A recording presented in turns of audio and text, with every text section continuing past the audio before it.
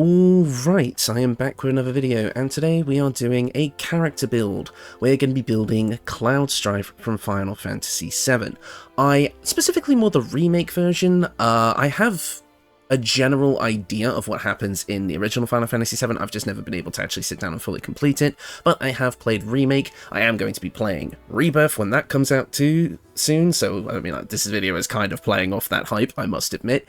And, you know, this is a character that I actually really enjoy, and I wanted to try building him in-game. But I will say, this isn't just me building Cloud Strife. Stick around until around the kind of latter half of the video for a bit of a surprise, I'll say. I mean, it's probably not a surprise, you can probably guess what I've done, but, you know, I think you guys will enjoy it. But anyways, the idea for this character is to obviously get a little bit of everything that Cloud does. I mean, obviously, big sort of anime fighters, RPG fighters, are a bit hard to, like, recreate, because in the case of Cloud, he is an expert sword master, but also is really capable of wielding magic. Now, that automatically leads me towards a couple of things, and you probably know where I'm going to go with this, but I wanted to try and build this slightly different than my pure martial characters. I didn't just want to give him, you know, Battle Master Fighter and just say, here you go, here's all his sword skills, because I've kind of done that before, like with builds like Kirito and the like. So for this build, I'm like, okay, I want to actually give him a little bit of his magic. And I know that in Final Fantasy VII specifically, the magic comes from their equipment, their materia.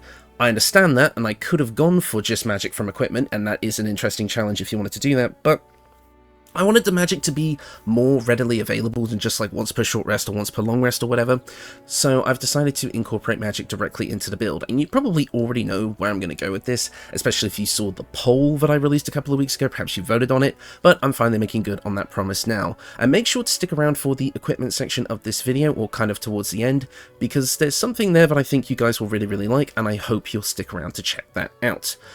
As a final note, I think I have to say this because I'm getting a lot of comments like this. All of the armor, equipment, all of the levels, and everything I say in this video, there's an abridged version of it in the description of this video. A lot of people ask me in the comments like, oh, what's this? Like, what did you do for this? And usually it's in the description.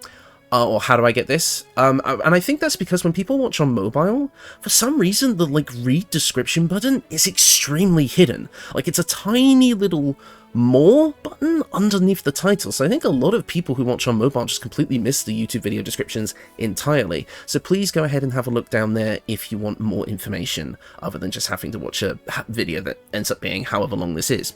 But regardless, I've wasted enough time, let's get into the build. Obviously, we are going to be playing a fighter. It makes the most sense for Cloud. It is going to give us all of the martial capabilities that we want, as well as all the proficiencies that we want. Again, we are going to be spellcasting, so having that concentration saving throw proficiency is nice, or constitution, but you know how that works. So fighter is a great start for us overall. It's going to give us things like second wind, so we can even give ourselves a little bit of healing as well. As for our fighting style, this should be obvious. We are going with great weapon fighting. Whenever you roll a 1 or 2 on a damage die for an attack with a two-handed melee weapon, that die is re-rolled once, basically just allowing us to always ensure that whenever we attack, we're doing more damage. As for our stats here, I've gone for 16 in strength because it is going to be our main attacking stat. Now, while I'm not going to say you need Ethel's for this build, you certainly don't.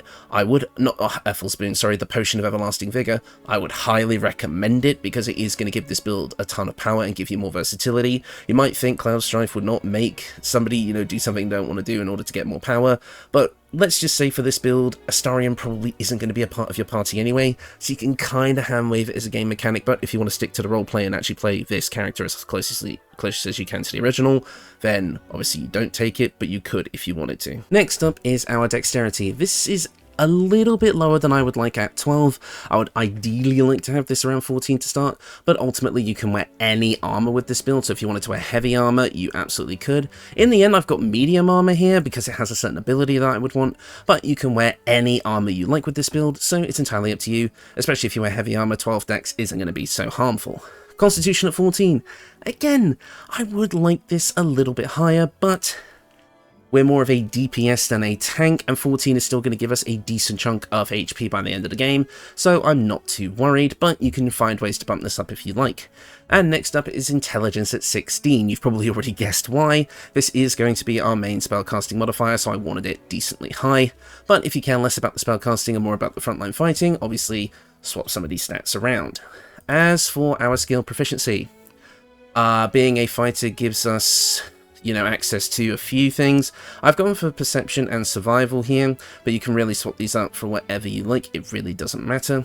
I've gone for the soldier background for athletics and intimidation. I mean, it's literally the soldier background. If I picked anything else, it would be categorically wrong.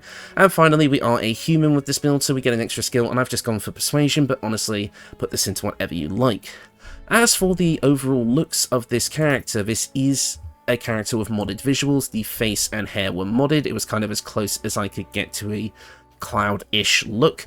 If you want to recreate this look for yourself, you can do something with vanilla, but it's not going to look quite as good. And as for the outfit, this is not what the final outfit is going to look like. I mean, you saw the thumbnail. You know that I've managed to get something a lot closer to Cloud's actual outfit. I mean, obviously, this is not going to be exact. If I was playing this character in-game, I wouldn't be saying, hey, I'm playing as Cloud Strife. I'd be like, this character is inspired by Cloud Strife, but is a different person. And I think that's the better way to do roleplay builds in these kind of games. If we were playing tabletop D&D, you could do whatever you like, but for this game, you kind of just have to be like, this is Cloud's estranged cousin from a different dimension, parallel universe version of him, called Proud, or something, I don't know. Let's keep going. Next up, at fire to level 2, we're getting the all-important action surge, giving us an extra action to use once per short rest. I mean, you know how good this is, I don't need to tell you. Next up, at fighter level 3, we get to choose our subclass, and like I said, you could go for Battlemaster here if you wanted to focus more on the sword skills, but I want magic, so we're going Eldritch Knight. This is going to give us quite a few things. We're going to be getting our hands on Weapon Bond. We ritually bind the weapon in our main hand. It cannot be knocked out of our hand and automatically returns to us when thrown. Clown has done... Clown? Whoops. Cloud has done some sword throwing shenanigans in the past, so I feel like this makes sense. I mean, we're getting this ability anyway, and it is quite useful. Then you're not going to be disarmed or anything like that, so it makes sense. You'll never let go of the Buster Sword. Which, I mean, I got as close as I can with that. We also do get some spells here, and so I'm thinking we're just going to pick up some basic elemental materia. We're going to get the basic fire spell, or in this case fire bolts, just to have a ranged fire cantrip so we can still deal damage at ranged quite effectively. And next up, Shocking Grasp. I think it's nice just to have a melee spell, but you can take whatever you like here. Ray of Frost would work really well, Friends would work really well, Acid Splash, Bone Chill. You can kind of grab whatever you like here, but I think these two are a good start. We're also going to get 2 spells, and I absolutely would recommend Chromatic Orb, giving you the ability to cast any element in any situation, giving you a wide variety of materia to use, ranging from thunder to fire to ice to lightning to acid to everything. You've got a lot to work with here. And I would honestly recommend Shield as your other spell of choice. It is just going to give us more defenses, so even if you're wearing armor that gives you slightly lower AC, and since our constitution isn't that high, basically just saying no, you don't hit me whenever we can is pretty good, so I would definitely pick this up. And as for our expanded spell list, you can kind of pick whatever you like here, it really doesn't matter, but I quite like Ice Knife, again getting that kind of like, maybe this probably wouldn't be Icejur. It's not Icejur, it's Blizzard. This probably would be closer to Blizzara, giving us a big ice attack that deals piercing and cold damage and creates an icy surface that can cause enemies to slip. Overall, I think this is a pretty solid spell for what we're trying to go for here. Next up, at fighter level 4, we are going to get our first feat. And I think for the most part, I would like to take an ability score improvement here and just bump up that strength to an 18. And again, with the Potion of Everlasting Vigor, if you chose to get it, this would be a 20 by now, which is pretty good. As for our spells, you can kind of pick whatever you like here. Magic Missile would be a solid option, although I don't know if I can't remember off the top of my head if there's like an elementless damaging spell. I know in Final Fantasy XIII there was Ruin. Was Ruin in FF7 Remake? I can't remember. If you like, pick Ruin here, but you could go for something like Thunder Wave if you just kind of want to get away from me attack, or Witch Bolt if you want a proper lightning attack. I've kind of been sleeping on this spell. I always said it was bad because of how it works in 5e, but apparently it's got a hell of a lot of utility in this game that I did not know about, so it might be worth taking there, or Burning Hands if you want another kind of close-range fire option. I think I'll actually go with Witch Bolt now that I've kind of talked it up a bit, and see if there's any uses there. At fighter level 5, we're going to be getting our first extra attack. This is basically just great. This means as a marshal, we're going to be able to do even more damage, which is awesome. Next up, at fighter level 6, we're going to be getting our bonus fighter feat, and I want to pick up Great Weapon Master because it makes a ton of sense to do so. Whenever you land a critical hit or kill a target with a melee weapon attack, you can make another melee weapon attack as a bonus action that turn. Attacks with melee weapons you are proficient with and are wielding in both hands can deal an additional 10 damage at the cost of a -5 attack roll penalty. Basically what this means is you take a lower chance to hit for the chance to do more damage. But I'm mainly here for the bonus action attacks. These will be really useful, as we won't be using our bonus action too much with this build.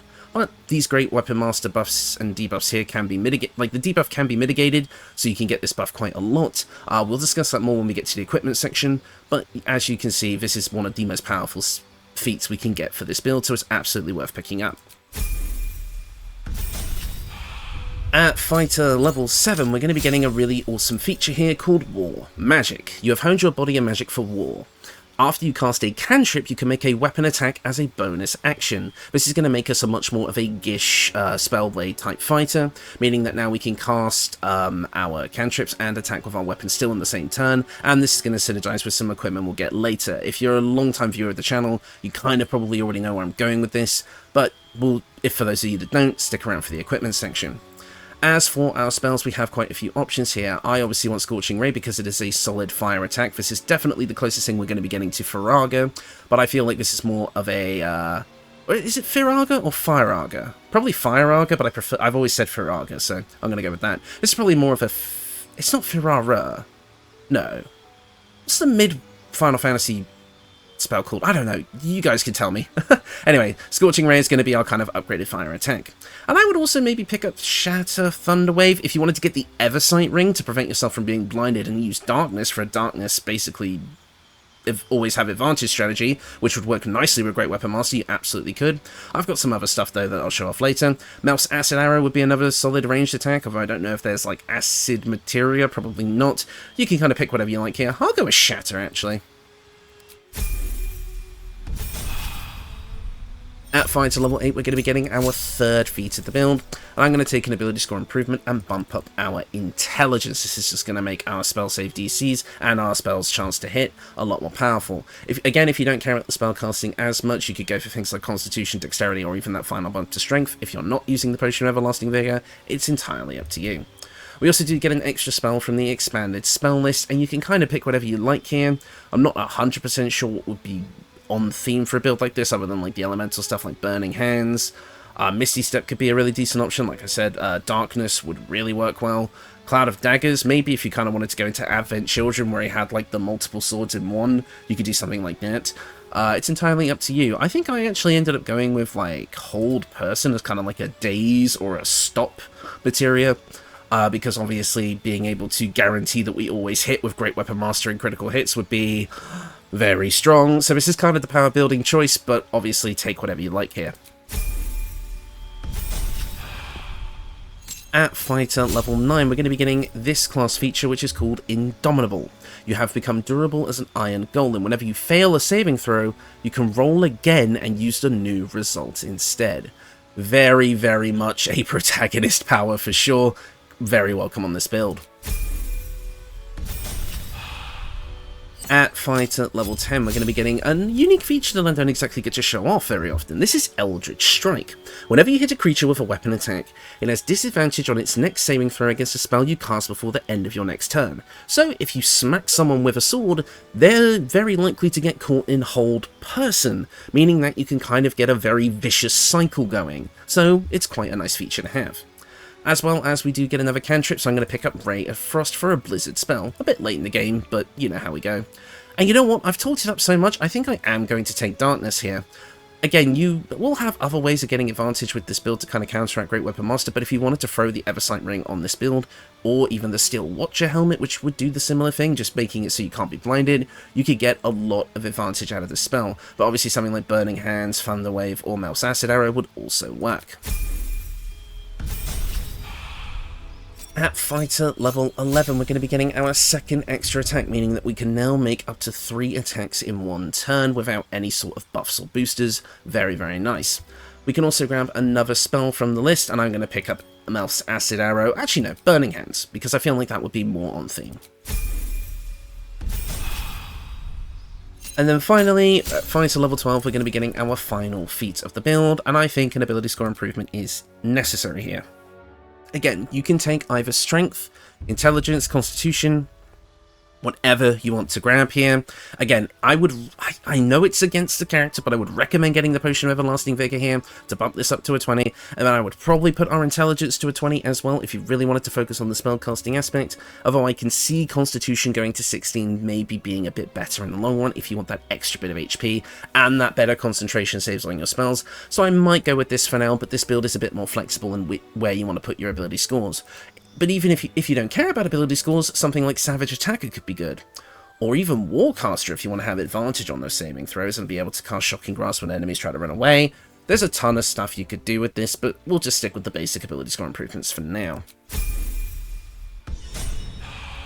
And that is the build, and as you can so clearly see, the surprise is that I built everyone. I built the entire team of Avalanche from Final Fantasy VII Remake, all of the playable characters, and because I thought, I can't just build Cloud, right? And so that's why this main build was a bit simpler. It's just 12 levels in Eldritch Knight.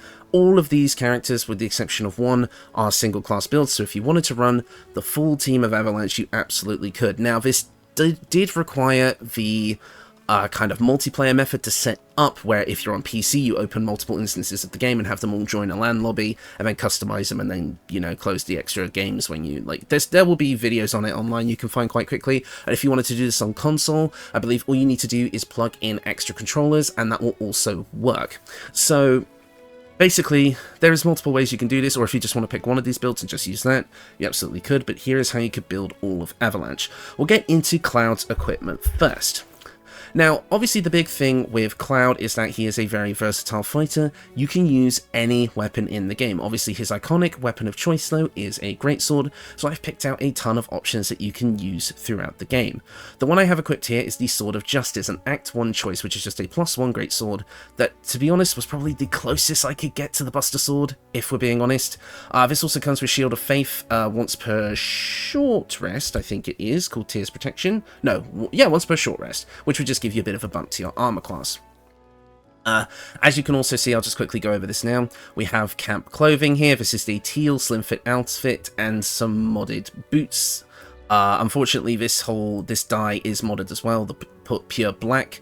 So again, if you don't have access to mods, you won't be able to get this exact look, but the build itself is completely vanilla, so that will work fine. Let's get into the other greatswords you can choose. Next up is the Susa Greatsword, another great Act 1 option that will allow you to silence spellcasters on hit. We have Jorgal's Greatsword, which is a +1 greatsword that comes with a unique Colossal Onslaught attack, which just does a bunch of damage to creatures in a line in front of you. I mean, look at that damage modifier, +19. Holy crap. I think that's from Great Weapon Master though, but yeah. No, it's not actually. That's just there. That's weird. Anyways. Next up would be Savartal, I hope I pronounced this right, Savartalby's Woundseeker. This allows you to gain a 1d4 bonus to attack rolls with this weapon when attacking creatures that have already taken damage, so with Great Weapon Master that just gives you a bit more of a chance to hit. We have the Everburn Blade, which, you know, you can just get that from the tutorial boss if you use Command Drop Weapon with Shadowheart or something. Sorry for the weird cut there, I just had a massive sneeze. Anyways, next up, we also have the Soulbreaker Greatsword. Now, usually this would only be wielded by a Githyanki to get additional psychic damage, but it's still a decent weapon. It would give you a +2 bonus to your initiative rolls, and you could still use the special attack for Soulbreaker to get a bit of extra psychic damage and possibly stun a target. But of course, the final option you're going to want to try and get in Act 3 as your final kind of Ultima weapon is Baldurin's Giant Slayer. This is one of the best swords in the game by far. It's a +3 weapon. On a hit, you double the damage from your strength modifier, which could be 18 or 20 depending. This weapon gives you advantage on attack rolls against large, huge, or gargantuan creatures. You also gain access to a unique thing called Giant Form, which basically allows you to grow in size, dealing an additional 1d6 damage and gaining temporary hit points, as well as advantage on strength checks and saving throws. Obviously not very on theme for Cloud, but it's a welcome buff, especially in the end game. And you also get the Topple the Big Folk weapon action, dealing additional damage equal to your proficiency bonus. And if you use it against a large, huge, or gargantuan creature, they also take an additional bit of slashing damage. So there's, a lot to this weapon. It is basically just the big powerhouse endgame weapon that you kind of want to go for, but there are plenty of other awesome greatsword options if you want to use them along the way. And of course, I've thrown the Darkfire shortbow on this build to give us resistance to fire and cold damage, as well as the ability to cast haste once per long rest. I mean, this build with haste is just busted. It's 6 sword attacks per turn, as well as the ability to use your first action to cast whatever spell you want, and then your second action to go in for 3 attacks or stuff like that. And again, remember, if you hit with a cantrip, you can also use your weapons as a bonus action. There's so much stuff you can do with this combo, so just having haste is absolutely worth it. Let's get into the armor. First up, we have the Helm of Baldur going with the sword. This is just your endgame option that you want to aim for. It heals you for 2 hit points at the beginning of every turn. You get a +1 bonus to your armor class and saving throws. You cannot be stunned, and attacks cannot land critical hits against you. This is basically your powerhouse endgame option that you want to be going for, but in the meantime, the Diadem of Arcane Synergy could also work, allowing you to, whenever you inflict a condition, you gain Arcane Synergy for 2 rounds, basically allowing you to deal extra damage equal to your spellcasting ability modifier, and with a high bit of intelligence, that is going to be a nice extra chunk of damage, and that can be obtained right in Act 1, and then you can pick up the Helm of Baldur in Act 3, which you can get without having to fight any bosses if you know what you're doing. So you can actually just get this as soon as you start Act 3 if you know where to go, so it's a pretty powerful thing to grab early on. Next up, I've thrown the Vivacious Cloak on here. You gain 8 temporary hit points whenever you cast a spell while in melee. We're going to be doing that quite a lot, so we might as well just get 3 temporary hit points every so often. Next up, this is a bit of a weird one. This is the Flame Enameled Armour. We gain a +2 bonus to our initiative rolls, which is nice. We have resistance to fire damage and a +2 bonus to saving throws, which is nice. But we also gain the ability to cast Fire Shield. Specifically the Fire variant, basically just giving us another extra spell to use, kind of like, and it's actually part of the equipment, so it's a bit more like materia, basically just allowing us to shed light around us in a 3-meter radius. We only take half the damage of all cold damage, so we gain resistance to cold as well, which we already have because of the Darkfire shortbow. It doesn't matter that much. Although I don't know if this counts as resistance. We might actually get like double resistance against cold damage if we have this up. I don't know. But we also do an extra bit of fire damage to anyone who hits us with a melee attack, so it's just a little bit of that martial kind of gishy stuff. This is an Act 3 armor though. If you want a solid Act 1 option, the Adamantine Split armor would definitely work. It reduces all incoming damage by 2, and also can send anyone who attacks you with a melee attack reeling, which causes them to have a -1 penalty to attack rolls for every turn remaining.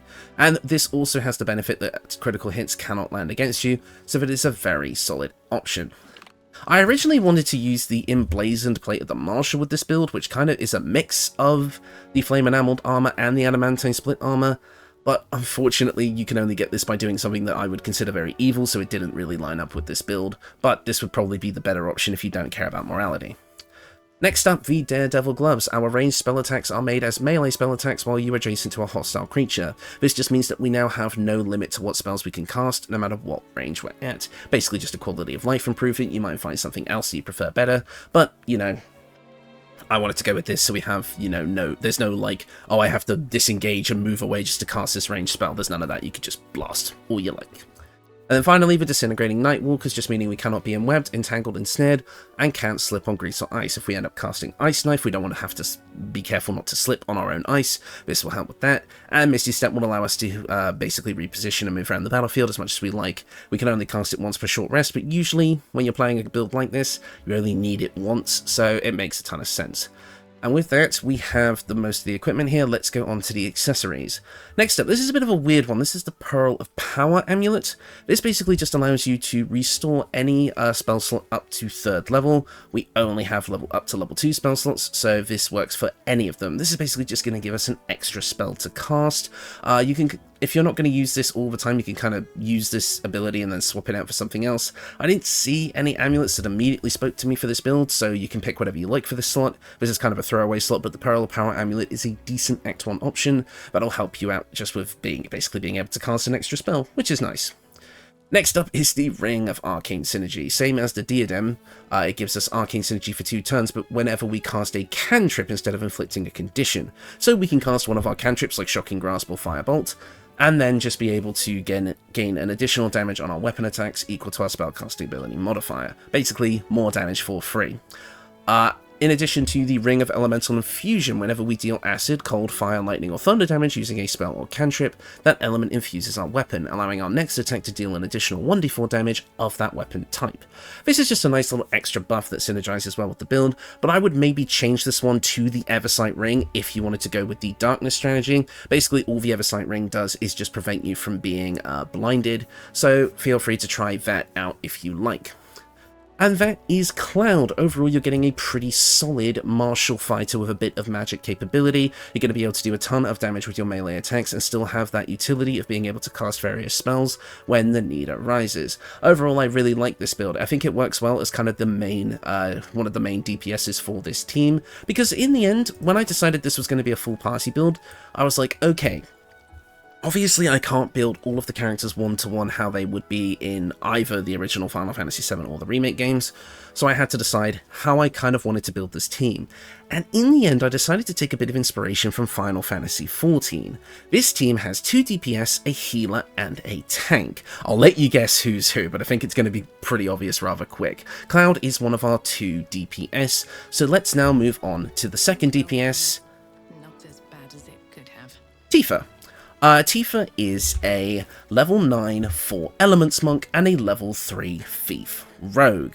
This is the only kind of multi-class build in this. I basically just wanted her to be able to do a ton of attacks through Flurry of Blows, the bonus action and arm strikes, but also have that little bit of materia as well through the Way of the 4 Elements spells.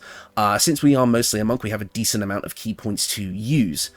So you're going to be able to get off these spells and Flurry of Blows quite a lot. Also, the fact that we have 2 bonus actions thanks to Thief, as well as bonus action dashes, hiding and disengaging, we're going to have a lot of maneuverability around the battlefield. I originally envisioned Tifa as a Tavern Brawler monk, because that obviously would be a bit more powerful when it came to punches, but I felt like even though Tifa is really strong, she is more of a dexterous fighter than a strength-based one, and since I kind of wanted to use the potion of Everlasting Vigor on Cloud, I decided to make her a dex-based monk instead, which allowed me a bit more freedom with the equipment, because otherwise I would have had to have used the Gloves of Dexterity, and now we don't have to.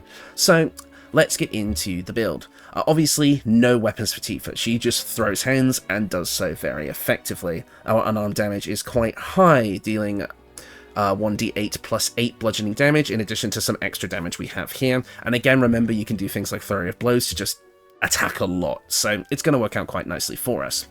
As for our headpiece, I've gone with the Horns of the Berserker. We gain a +2 bonus to attack rolls when attacking creatures that have already taken damage. So, just basically, we're going to be able to hit 99% of the time. Unarmed and melee attacks you deal will deal an extra 2 necrotic damage as long as you don't have your full health. If you don't deal any damage in this turn, you take 1d4 necrotic damage at the end of the turn. You're always going to be attacking, so we don't really have to worry about the debuff. It is just an overall buff to our attack rolls and a bit of extra damage. But this is an Act 3 option. If you want something decent in the meantime, we have the Scabby Pugilist Circlet even. Your weapon and unarmed attacks deal additional 2 damage when surrounded by 2 or more foes, so Tifa just likes to get straight into the thick of it and start beating the crap out of Shinra or whoever. So just jump in there, get surrounded by enemies, and just destroy all of them, and then pick up the less conditional buff later on in Act 3. As for our main armor here, I've gone with the Enraging Heart Garb. Now, yes, this is made for barbarians, so we're not going to get the buff from raging, but this is a +2 to our constitution, just giving us that bit more health, which I greatly appreciate. And this is an Act 2 option that you can pick up fairly early in Act 2, so it's quite good to get. But if you want something that's a bit more monk-based from Act 3, the Vest of Soul Rejuvenation is a really good pickup. You can get this straight away in Act 3 from a vendor, and whenever you succeed a saving throw against a spell, you regain 1d4 hit points, and whenever somebody misses you, you can spend a reaction to make an unarmed strike against that attacker. And also it's a +2 bonus to our armor class, so you're going to have a decent chunk of AC as well. You are going to have a bit less HP, but that's kind of the thing of playing a DPS, I guess, is that you're not as tanky, so I felt like it actually fit nicely thematically. So it's entirely up to you if you'd rather have this or stick with the Enraging Heart Guard for the more HP. It's entirely up to you. I would personally switch to the Vest of Soul Rejuvenation because I feel like it's more Tifa-esque, especially with that extra reaction-based attack, that whole dodge, weave, and punch. I feel like it makes a bit more sense, but if you just want that extra bit of HP, then absolutely go for the Enraging Heart Garb. As for our gloves, we have a ton of options here, but the earliest one you can grab is the Gloves of Cinder and Sizzle. Your unarmed attacks deal an additional 1d4 of fire damage, which is always nice, and you get a usage of Scorching Ray once per long rest, essentially just allowing you to get that one-off materia attack. We do have a version of this through Embrace of the Inferno as well as Fangs of the Fire Snake, and like all these other 4 elements monk kind of spells, like Chromatic Orb or Ice Knife. We kind of get similar stuff to Cloud here, just from a different way. So yeah, basically this is just a bit of extra fire damage with an extra spell you can cast, but once you get into the later acts you can pick up things like the Seraphic Pugilist Gloves, which change that fire damage to Radiant and give you Guiding Bolt as a level 4 spell, the Servitor of the Black Hands Gloves, which give you Force damage and the ability to cast Fear, and the Snow-Dusted Monastery Gloves, which would give you cold damage and Ice Knife, so you can actually kind of change these up depending on the situation. And finally, for the boots, we have the Boots of Uninhibited Kashigo, basically allowing you to add your Wisdom modifier to your damage of unarmed attacks, basically just giving you even more damage, but this is an Act 3 option, so in the meantime you could just use the Evasive Shoes for a bit of extra AC. It just makes sense, I think, just to get that little bit of extra AC, especially kind of in the mid-game where your Wisdom and your Dex might not be quite as high, so you have less AC overall. I think it makes sense just to have these in the meantime and then swap to the more powerful option when your stats are a bit more in line. As for our amulet, we are playing pretty much mostly pure monk, so the Sentient Amulet makes a ton of sense. It is going to give us Shatter once per long rest, so that's another bit of materia magic, and Key Restoration, using basically allowing us to restore a number of key points equal to our martial arts die. For us, that is a D8, so that can recover potentially almost all of our key points, as combining this with the Harmony of Fire and Water to recover half of our key points rounded down once per long rest. We're basically going to be able to constantly keep up our key points and always be able to cast spells, do our flurry of blows, all of that good stuff. We're never going to feel low on resources. Also, the Sentient Amulet comes with a really fun questline. You pick up a lesser version of it in Act 1 and get to go all the way through the game with it, getting some fun extra stuff related to it, and then, you know, kick it off in Act 3 to get this upgraded version. So overall, a very, very fun little questline to do. So yeah, that is Tifa. Basically, she is going to be one of our major kind of DPS characters. Just a lot of punches, some extra spell utility thrown in there. You'll probably end up doing the Fists of the Fire Snake kind of, you know, looping combo because it's just so strong. And yeah, you're going to have a ton of fun. Oh, the rings, of course. I've gone for the ring, a free action allowing you to ignore the effects of difficult terrain and cannot be paralyzed or restrained. Nothing can stop Tifa. And then finally, the Shadow Cloaked ring, giving you an extra 1d4 damage on your unarmed attacks against lightly or heavily obscured creatures. It seems a bit situational and you can swap this out if you'd like, but you'd be surprised how many enemies just kind of will stand in like a shadow and then be considered lightly obscured, and then you just get that extra damage anyway. It will happen more than you would think. But yeah, as I said, that is Tifa. Next up is Aerith, and I hope I've pronounced that correctly. I'm pretty sure I did. Aerith, I've decided to make a pure light cleric. Now, I was going to go with life, but she's not a pure healer. She is kind of more of the party's mage in the long run, but I still wanted a healer for the group, so I decided to grab the best of both worlds and make a blaster caster healer through a light domain cleric. I know that might not be 100% in line with Aerith's lore or her backstory. I don't know all of her backstory, because obviously I haven't seen all of her story yet, so no spoilers please. There might be an option that was a bit more on theme, but for what I wanted to do with this build just thematically, Light Cleric worked pretty well. It gives us a ton of things, like a ton of powerful pyromancy spells like Fireball, Flame Strike, Wall of Fire, but we also get things like Spirit Guardians, Sacred Flame, Sanctuary, and all the healing spells like Mass Healing Word. It's really going to be good in the long run, and I think it works out quite nicely. Unfortunately, as far as the look goes, there's no dresses, there's barely any modded dresses as well. So I just went with the best I had, and I feel like they got the look kind of down. Remember, pretty much all of these characters have modded clothes and visuals in some way. But anyways, let's get into the equipment. Obviously, the main staff you're going to be wanting to go for, because obviously Aerith uses a staff, is the Multiplier Staff in Act 3. It gives you a +1 bonus to your spell save DC and attack rolls. You get to cast, once per long rest, you get to cast a spell without expending a spell slot, and you will also get Koreska's Favor, allowing you to pick an element. You gain 2 new spells based on that element temporarily, and you can also gain a status condition based on that element that you chose as well. For example, Fire would give you Heat, I believe Ice gives you chilled, Thunder would give you reverberation, all of that sort of thing. So it makes a ton of sense for Aerith just to get that wide array of spells that she is able to grab in the game. But of course this is an Act 3 option, so you have quite a few other options in the meantime. The spell Sparkler would allow you to gain lightning charges, dealing a bit of extra lightning damage on your spell attacks, and all that sort of good stuff whenever you make a ranged spell attack with a spell or cantrip. So basically just giving you a little bit of a power boost as an Act 1 option. Another Act 1 option would be the Morning Frost, allowing you to, whenever you deal cold damage, you deal an additional 1. Dealing cold damage with a spell and possibly inflicts chilled, which basically just means that they are vulnerable to cold damage, which is really nice. And you also get the ability to cast a Ray of Frost cantrip as well, giving you a bit more versatility in what you can cast. Overall, a very solid Act 1 option that has a fun side quest attached to it. And also, as an Act 2 option, there's the Incandescent Staff, which will give you access to Firebolt and Fireball. Firebolt can be cast as much as you'd like, and Firebolt can be cast as much as you like. Fireball can be cast once per long rest. By this point, you probably would already have Fireball from your Light Cleric feature, so doesn't matter too much, but it can be a solid option as it gives you a +1 to your ranged spell attacks and resistance to fire damage as well, so if you wanted to pick this up, you could as well.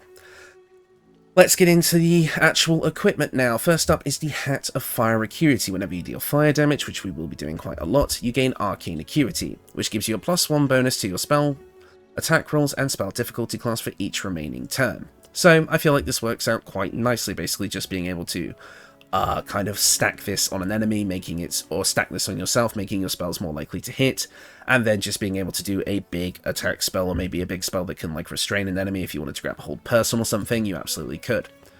I've gone for the Adamantine Scale Mail because this build can use medium armor because we're a cleric, and as such this is a pretty solid option. It's Act 1 as well, so it comes online quite early. All incoming damage is reduced by 1 whenever a melee attack hits you. The attacker is sent reeling, which we've already discussed, and critical hits can't be landed against you. I'm not sure if Sephiroth was able to use a critical hit, but, you know. Hellrider's Pride. Whenever you heal another creature, it gains resistance against bludgeoning, piercing, and slashing damage dealt by weapon attacks. We're going to be healing a lot of the party, so just giving them that extra bit of tankiness is always nice. And finally, the boots are kind of a throwaway slot. Again, I try not to repeat equipment on builds where I make full party builds like this, so I kind of ran out of options here. So I just went for the Boots of Speed. We're not going to be using our bonus action for very much, so being able to dash as a bonus action to reposition ourselves when needed is going to come in very, very handy. As for the accessories, we've gone with the spell Crux Amulet, allowing us to restore any spell slot we like, basically giving us 2 level 6 spell slots by the endgame, which is very powerful. I've also gone for the Ring of Salving, allowing us to restore an additional 2 hit points every time we heal another creature. And the Whispering Promise, basically allowing us to, whenever we heal a creature, they gain Bless, a +1d4 bonus to attack rolls and saving throws for 2 turns. So all we would have to do is just cast Mass Healing Word, and our entire party has Bless, which is super, super good, especially for Cloud, with that Great Weapon Master penalty. Having that extra d4 is really going to help mitigate that. So I would even say, even if your party hasn't taken damage, it would be worth kind of keeping this buff up if you can. I mean, you can also get the regular Bless too, but this one is much more accessible and doesn't require concentration, in which we have other concentration spells that we'd like. Speaking of the spells, obviously we've got the usual Radiant and Fire stuff, but I've also picked things like Planar Ally, so at least one of our Final Fantasy characters has the ability to use summons. And again, I went mostly for healing and buffing spells here. I also went for Glyph of Warding, because Aerith does place glyphs on the floor, kind of in Final Fantasy VII Remake, and while this isn't the same functionality, it's the same kind of idea, so I decided to pick it up. And yeah, we get things like Death Ward, Radiance of the Dawn for like extra radiant damage, all that sort of things. You're going to have a lot of fun with this. I also picked up Create or Destroy Water, because I kind of have this little combo between Barret and Aerith, which I think will work out quite nicely. But how about we get to talking about Barret now, as I'm kind of finished with Aerith. I mean, again, she's mainly just our healer/blaster caster for the build, so I think it works out quite nicely. Let's talk about Barret. Barret was the hardest for me to figure out right at the start, but I decided I'd go with something like this in the end because I think it works out quite well. Barret is a level 12 Beastmaster Ranger. And why would I go Beastmaster? Well, now Red 13 has joined the party. I wanted to get Red 13 in here somehow, because in both Final Fantasy VII Remake and, if you guys have seen it, Team 4 Star's kind of Final Fantasy VII Machine Abridged, Barret and Red 13 kind of seem connected, like especially towards the end game. A lot of the times where you kind of just play as Cloud, Aerith, and Tifa in Remake, Barret and Red 13 kind of go and have their own adventures together, and they seem to have quite an interesting bond, so I thought getting Red 13 somehow into the team, I mean, obviously this is just a wolf, not even with a red coat, but, you know, I thought it would make a ton of sense, because I knew I wanted to go to high levels of Ranger with Barret anyway, to get the augmented ranged weapon attacks like Hail of Thorns, Lightning Arrow, Conjure Barrage, Ensnared Strike, all that sort of thing. So in my opinion, it made sense to just go for Beastmaster Ranger, get the 5th party member from Remake in here, and I don't know, when I just think about, you know, it's Avalanche time, if you guys know that reference, like, it just made a ton of sense. So yeah, I decided to make him a Beastmaster Ranger so we could get, you know, Red 13 in here, but let's look at the equipment. Obviously, Barret is going to be using, heavy crossbows. I mean, that's the closest thing we can really get to his machine gun arm in this game. So, you know, the best heavy crossbow in the game is the Hellfire Engine crossbow. This is obtained in Act 3, it is a +2 crossbow, and it comes with a couple of cool abilities. Number 1, an extra casting of Lightning Arrow once per long rest, so there's that kind of Thundaga materia, as well as the ability to use Reposition Malefactor, which is basically a grappling hook that can be used to pull creatures towards you and deal a little bit of extra damage. But there's a new functionality that comes with this ability in patch 6. You can now use this on allies and it won't damage them, so you can actually pull someone out of danger at the last minute, which feels like a very Barret thing to do. But of course, this is an Act 3 option. A great Act 1 option is the Giant Breaker, which essentially gives you a heavy hitter, which will, whenever you shoot someone with this crossbow, they also gain reeling, so that can synergize with people using the armor that does the same thing, so you can kind of stack that up. And overall, it's a great +1 crossbow that will last you until Act 3, where you can get the Hellfire Engine crossbow.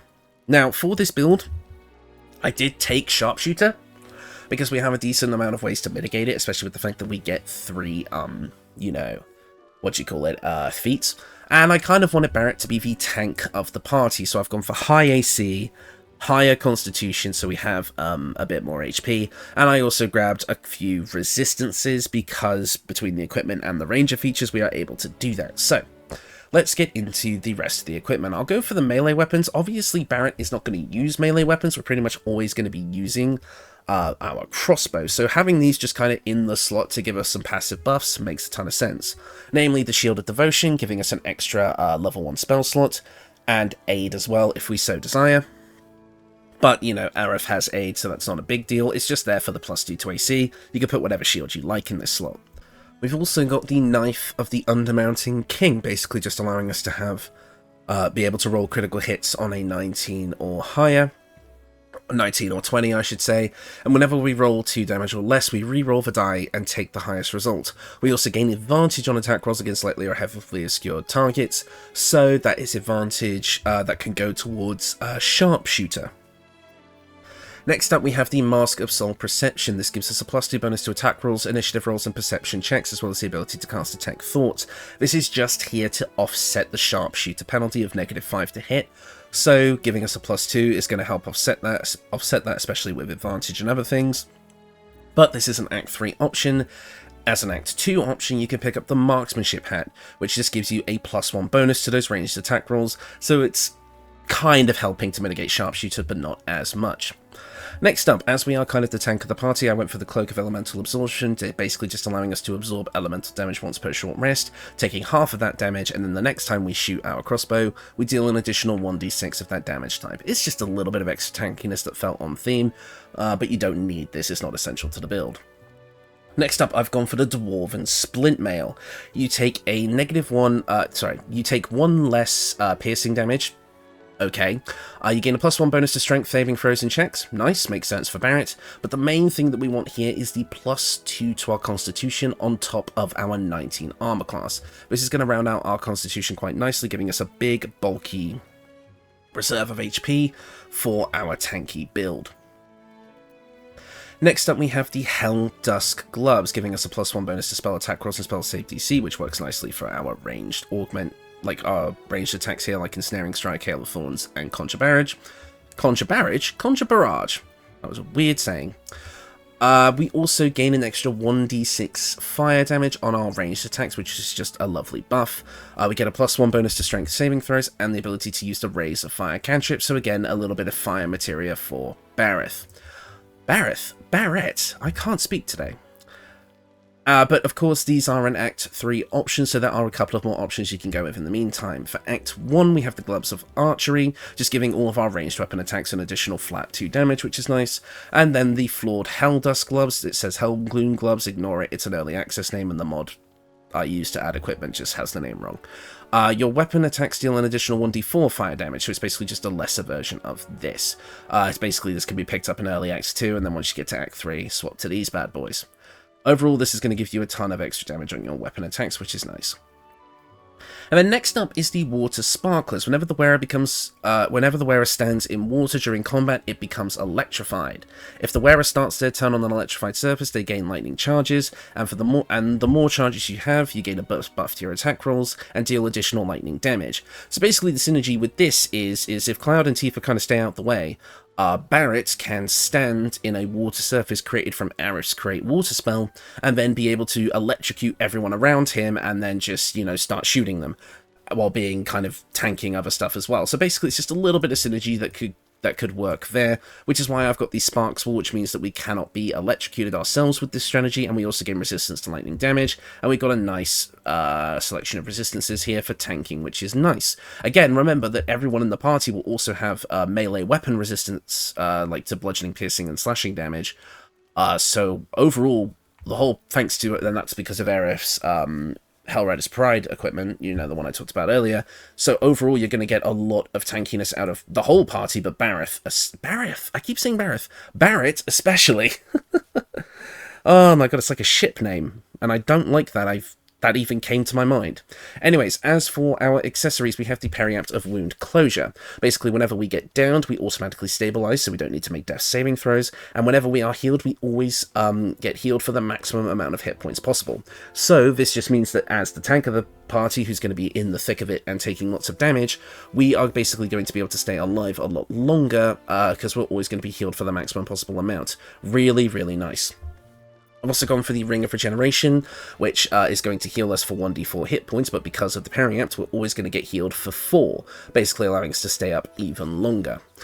So yeah, overall, this is Barret. He is a tanky, ranged attacker with Sharpshooter that can either be in the thick of things, taking melee damage, or shooting things from range. Now, obviously, there's a bit of a disconnect here where it's like, well, you want to be at range so you can attack with ranged attacks, but you also want to be taking damage for everybody. And while I didn't grab it here, you can grab the crossbow expert feat, which would mean that you don't take disadvantage when attacking in melee range with a crossbow, so you could absolutely grab that if you wanted to. But since there's a lot of ways that we can grab like things like advantage and other things with this build, thanks to the synergy with other party members, you might not have as much trouble with that, but crossbow expert certainly would not go amiss on this build if you maybe wanted to like not take an ability score improvement somewhere and have slightly less stats overall. It's entirely up to you. But again, Barret was a bit harder to build for overall, but I'm quite happy with the way he turned out. Speaking of, let's go over Red 13 really quickly. It's annoying, because I think the lower level wolf actually has a red coat. I think it does from like the portrait, and then for some reason it turns grey as you go higher up, so that's kind of annoying. But anyways, here is Red 13. Basically, we're going to get a few things. Namely, an Infectious Bite attack, allowing us to deal 2d4 plus 4 necrotic damage, and possibly inflict Septic.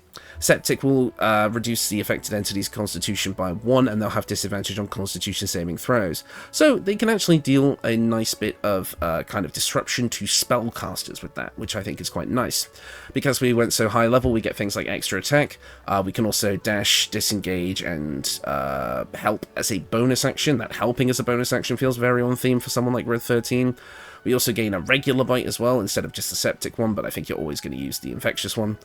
Lunging bite, allowing you to lunge at a target to bite them and also possibly knock them prone, which again can grant that advantage that the other characters will definitely like to have. And finally, Lupine Slash, allowing you to literally pull out a spectral sword that deals 2d6 plus 6 force damage and strikes every enemy, I should say, it doesn't attack allies, with it in like a cone in front of you. So it's a bit like a Sith from Dark Souls. I've just made myself sad. But yeah, overall, you've got a lot of cool stuff to work with here. Like I say, we now have a full 5-person team from Final Fantasy VII, and I think it works out really, really nicely.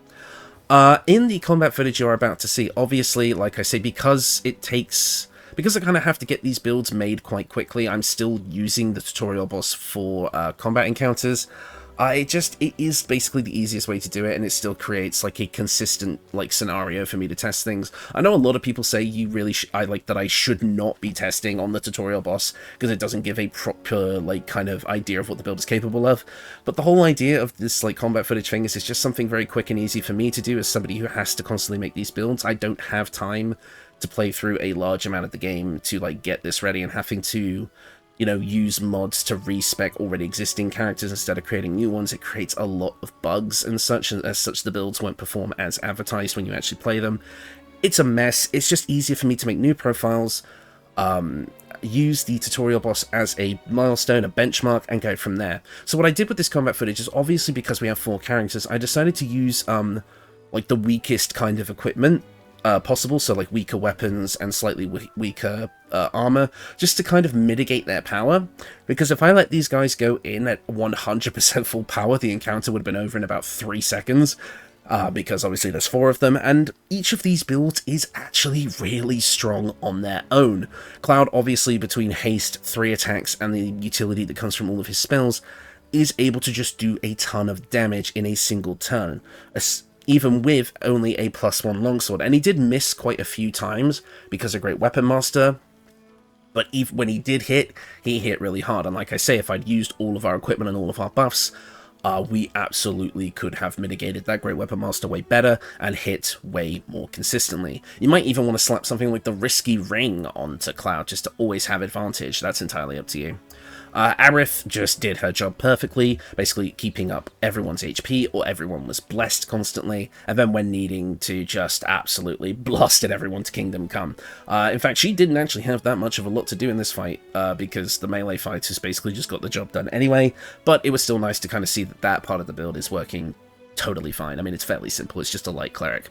Tifa, again, thanks to her extremely high mobility, was just kind of able to quickly take out the smaller enemies, and then be able to deal out big damage onto the boss. And then when the boss went down and we were splitting the party up between attacking the other added like little minions that are near the transponder and the 2 big cambions, she was able to quickly go take out the little guys and then join the main fight. A lot of versatility there. So I think Cloud is definitely the DPS that's going to be focusing on the whatever boss comes up, and Tifa can quickly go and kill any adds that show up, basically dealing with the kind of little mobs, and that before joining in the main fray, which is great. That's a nice little bit of split synergy there. And again, Aerith has enough range on her big healing spells to keep everyone healed up despite how far away they go. And Barret was... Unfortunately, I didn't get to show off the most of what Barret is capable of with this. Again, where there was just a few enemies, he didn't really have to take much damage, but you can absolutely see that despite him being a ranger, his attacks still deal a lot of damage. Not as much as Cloud or Tifa, but he's definitely able to hold his own, and with things like Hail of Thorns, Ensnaring Strike, and Lightning Arrow and all that, his attacks will have a ton of utility to help kind of keep the enemy on their toes and not just allow them to operate as they like.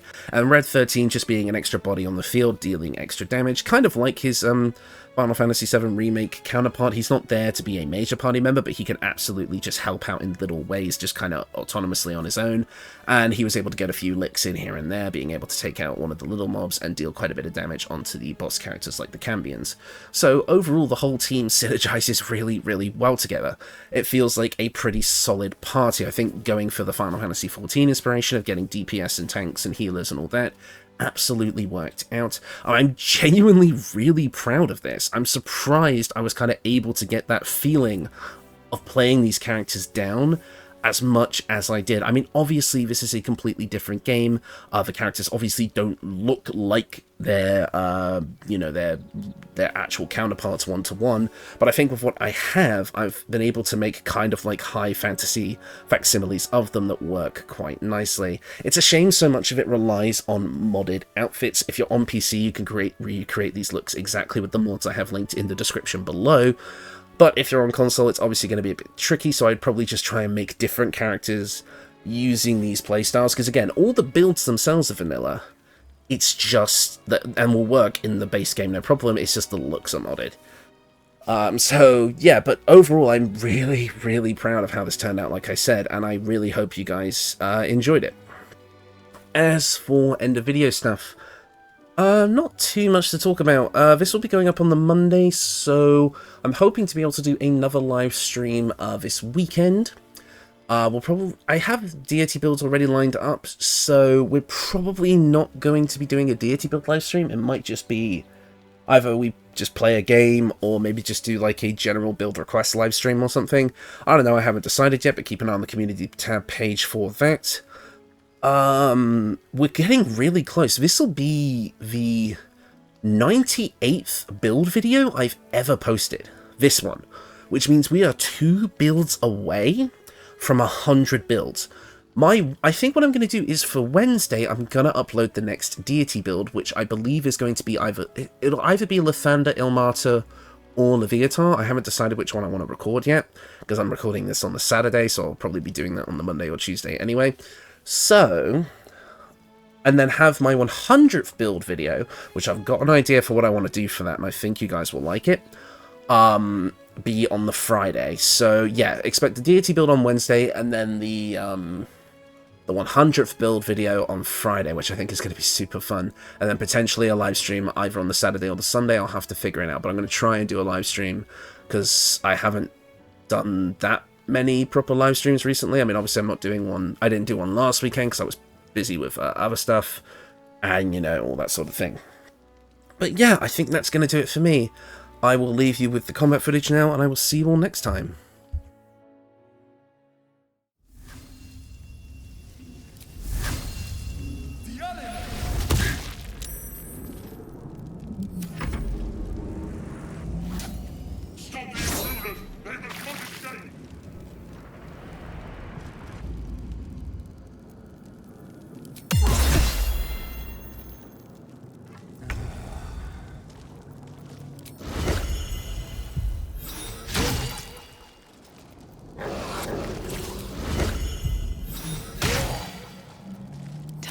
My luck again.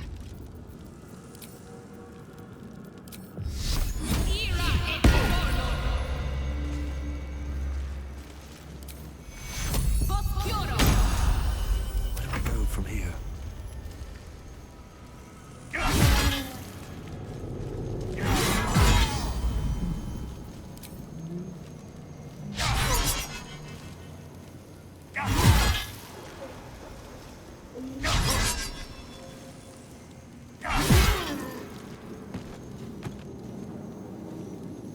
Very well.